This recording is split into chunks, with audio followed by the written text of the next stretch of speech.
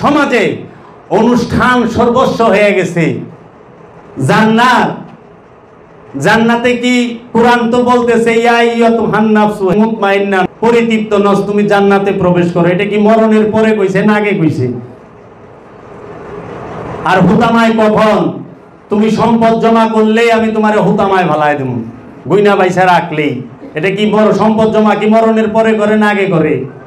বাইসা থাকতে করে না? তো হুতামায় তো বাইসা থাকতেই ভালাইব।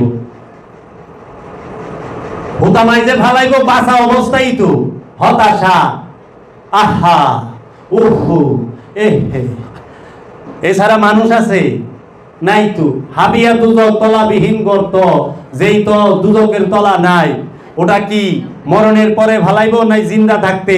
তাই আমার দয়াল বাবা জান বলছে, বাবা কেউ মরণের পরে জাহান্নামে যাইব না, সবাই জাহান্নামে আছে। জাহান্নাম বর্তমান কাল। জাহান্নামের যে কোরআন খুলেন, কোরআন পড়েন, জাহান্নাম শব্দটা যে যে জায়গায় আছে, জাহান্নামের যে স্তরগুলা এক জায়গায় আগে পিছে, অতীত আর ভবিষ্যৎ নাই, সব জায়গায় বর্তমান। জান্নাতের বেলাও তাই, সব জায়গায় বর্তমান কাল, অতীত ভবিষ্যৎ নাই। তা আমাকে ভবিষ্যৎ খালি কোনটা? ভবিষ্যতে যাইব, ভবিষ্যতে যাইব মানে কি? ভুল শিক্ষা কেন দেন?